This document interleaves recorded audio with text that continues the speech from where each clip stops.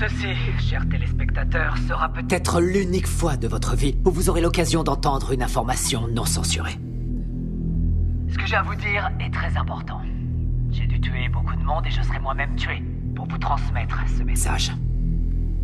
J'ai dû prendre la décision de faire passer votre intérêt avant ma propre vie. Je le fais d'abord pour vous. Pour que vous vous réveilliez et que vous changiez. Mais avant de vous dire ce que j'attends de vous, je vais vous donner les faits. Et ce sont vraiment les faits. La NSA enregistre tous les coups de fil, les emails, les textos sur la Terre, les gens comme Snowden ou Assange qui nous donnent les infos nécessaires pour protéger la démocratie sont traqués et persécutés par le gouvernement des États-Unis. Ce gouvernement a été fondé par les riches. Il aime maintenir le peuple dans le noir, dans l'ignorance, à un niveau intellectuel infantile. Il s'assure que le peuple est occupé à faire de l'argent pour survivre, qu'il s'occupe de sa famille, de sa maison, de son jardin, et ils veulent faire croire aux gens qu'ils sont libres, qu'ils ont le choix de faire ce qu'ils veulent. Mais ils ne peuvent pas. Les personnes qui vous représentent sont payées pour que vous restiez dans votre bêtise, dans votre petit monde bien fermé sur lui-même. Comment se fait-il qu'il n'y ait pas de législation sur les armes à feu alors qu'il y a un massacre tous les mois?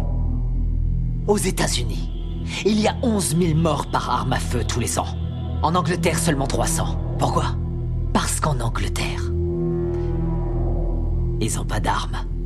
Les gens ne possèdent pas d'armes. Point à la ligne.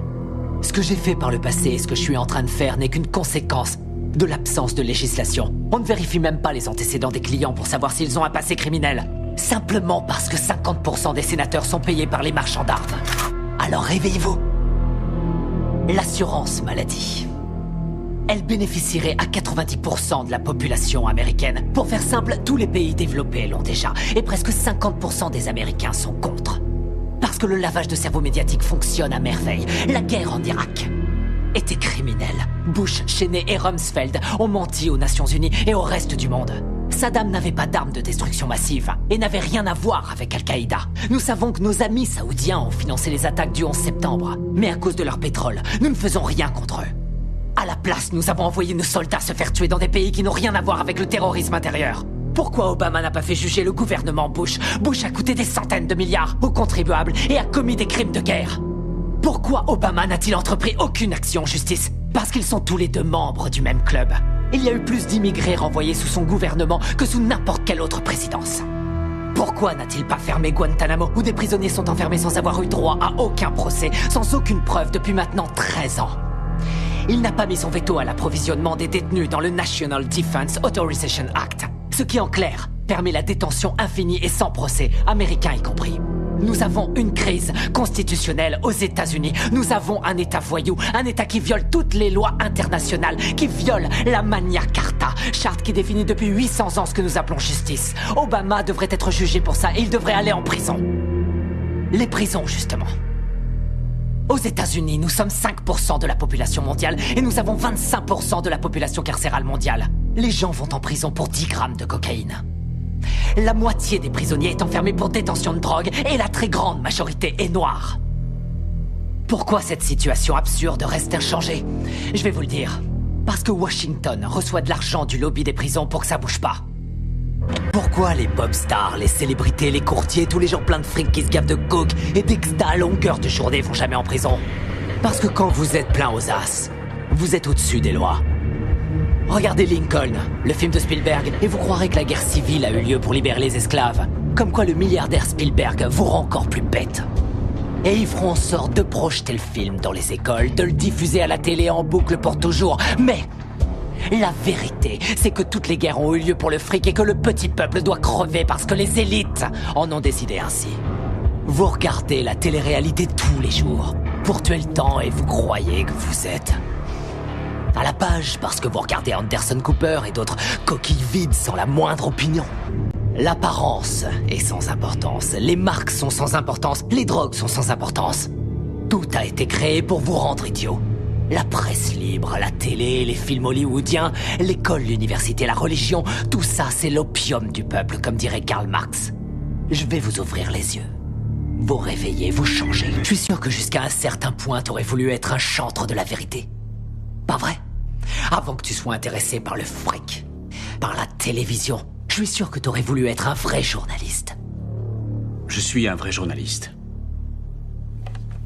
Mais je crois aussi en l'ordre public et je crois en la Constitution. Ah, la Constitution est un mécanisme de contrôle pour les riches. L'ordre, c'est eux. Ils ont fait la Constitution pour protéger l'argent et les terres qu'ils ont volées. Les riches n'ont pas à craindre les lois et c'est partout dans le monde. Regarde les oligarques russes et les propriétaires allemands de l'industrie automobile, des chemins de fer, de l'industrie pharmaceutique. Ils ont tous utilisé le travail des esclaves sous Hitler. Pas vrai? Et les propriétaires de ces entreprises sont toujours les mêmes. La couronne britannique. Pas vrai. Et les nantis africains, eux, ils massacrent leur propre peuple. Ils empêchent leur pays de se développer. On lèche le cul des dirigeants arabes qui viennent avec leurs pétrodollars acheter des voitures de luxe à nos entreprises américaines pendant que quotidiennement ils exécutent leurs prisonniers. Ils accordent aucun droit aux femmes, ils tuent les gays. Seulement ça, on s'en fout royalement parce qu'ils ont le pognon. Nos grands patrons ne sont que des gangsters en costume à rayures. Ils se foutent complètement du régime des lois. Ils ont mis en place le plus sophistiqué des systèmes de sécurité intérieure de l'histoire de l'humanité. Ils ont violé les plus basiques de nos droits constitutionnels et nos libertés civiles. Ils ont détourné les ministères du gouvernement en filiales de leurs propres entreprises. Ils se sont emparés du système de contrôle de l'information pour saturer les ondes de mensonges dont tu es un bon contributeur, Chip. Tu n'es pas différent des autres journalistes. Tous les présentateurs de journaux sont dans la poche de quelqu'un. J'ai pas raison. C'est quoi le programme ici? Vous voyez que tuer des innocents est une solution. Je crois, oui. Franchement, est-ce que c'est pas la solution que l'Amérique utilise aux quatre coins du monde? Avec leurs drones. Qu'est-ce qu'ils envoient, les drones? Des bombes ou des bonbons pour les petits-enfants? On tue 50 gamins, Chip, pour avoir un terroriste. On paye pas le tiers-monde, peut-être? On les laisse crever de faim, et crever tout court pour maintenir notre niveau de vie. La situation est grave. Les discours pacifiques ne suffisent pas, on connaît les crimes, le réchauffement climatique est une réalité. On sait que les lobbyistes ont acheté Washington, on a vu l'effondrement de la bulle financière, mais on continue à imprimer de la monnaie. Pour retarder l'inéluctable, dans 50 ans ou même avant, tout sera terminé. Nous sommes de plus en plus nombreux sur la planète et il y a de moins en moins de nourriture, d'eau et de pétrole. Dans une centaine d'années, il n'y aura plus de terre du tout. Avec des mots, on changera rien, c'est trop tard. La seule façon dont je peux intervenir sur ces vies, c'est en les prenant. La seule façon dont je peux intervenir auprès de toi, c'est en te tuant. N'y a-t-il pas une meilleure solution? Par exemple, fonder un parti. Enfin, convaincre. Convaincre les gens de vous élire, faire la différence dans les... Me faire élire? Me faire élire dans quoi? Tu m'écoutes pas. Ça sert à quoi de se faire élire? Arrête de dire des conneries. Chip, c'est quoi la politique? Que tu sois démocrate ou que tu sois républicain, ça change strictement rien. Tous les gouverneurs, qu'ils soient républicains ou démocrates, ont été achetés. On peut toujours voter et élire quelqu'un. Ça change rien. Ce sont les lobbyistes qui ont le pouvoir. Toutes les histoires ont deux versions différentes, chacun a son opinion. C'est ce qui donne à la démocratie tout son intérêt.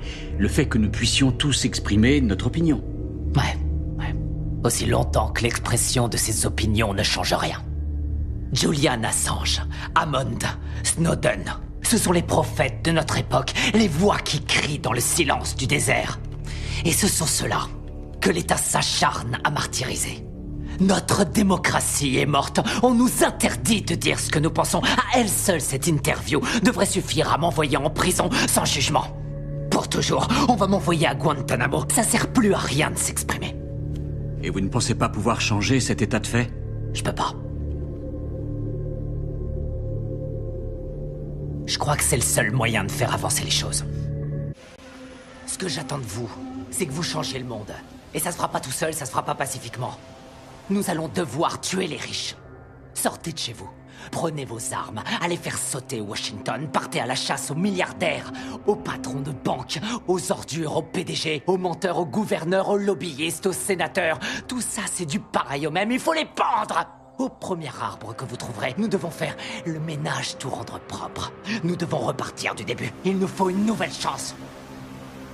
Mais je peux pas le faire seul. J'ai besoin de votre aide.